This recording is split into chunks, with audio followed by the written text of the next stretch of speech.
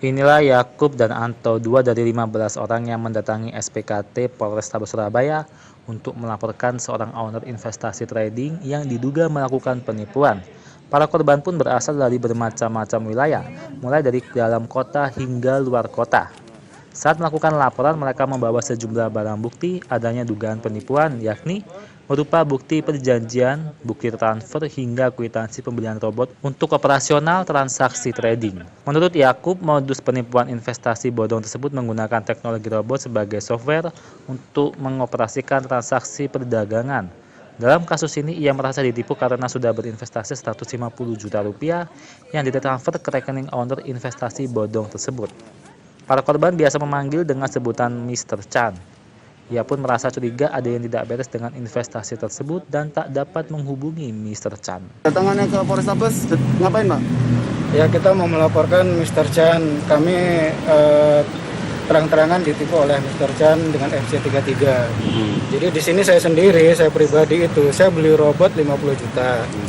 Kemudian saya invest tradingnya itu, trading robotnya itu 31 juta. Kemudian selama 1 bulan itu uang saya di trading itu, di akun itu adalah 117 juta. Kemudian Mr. Chan ngebel saya datang, dia bilang robot itu akan diservis, maka uangnya segera diambil.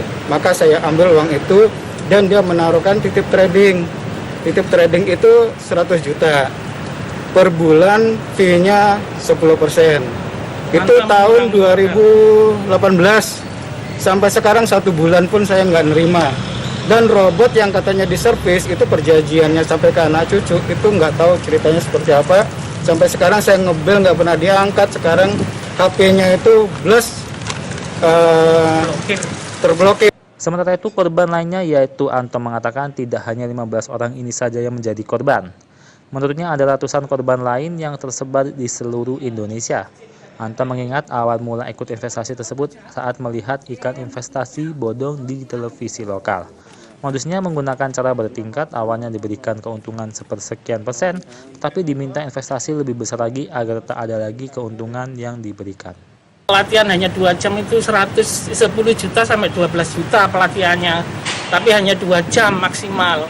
Tapi secara teknikal maupun analisa forex itu tidak ada nilainya apa-apa, itu tidak ada isinya apa-apa. Terus digiring ke robot.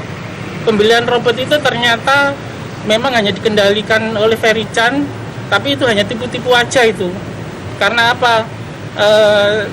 Kalau pakai IA itu tidak begitu sistemnya. Jadi itu seenaknya sendiri, dikendalikan sendiri dan tanpa bisa di close atau di manuver apapun oleh member yang lain. Jadi yang tahu passwordnya, pengelolaannya itu hanya Ferry Chan. Sementara itu, Kanit Harda Polrestabes Surabaya AKP Giadi Nugraha membenarkan adanya laporan kasus tersebut. Saat dihubungi via telepon, Giadi mengaku masih mengumpulkan bukti-buktinya terlebih dahulu. Farid Arman, Surabaya TV.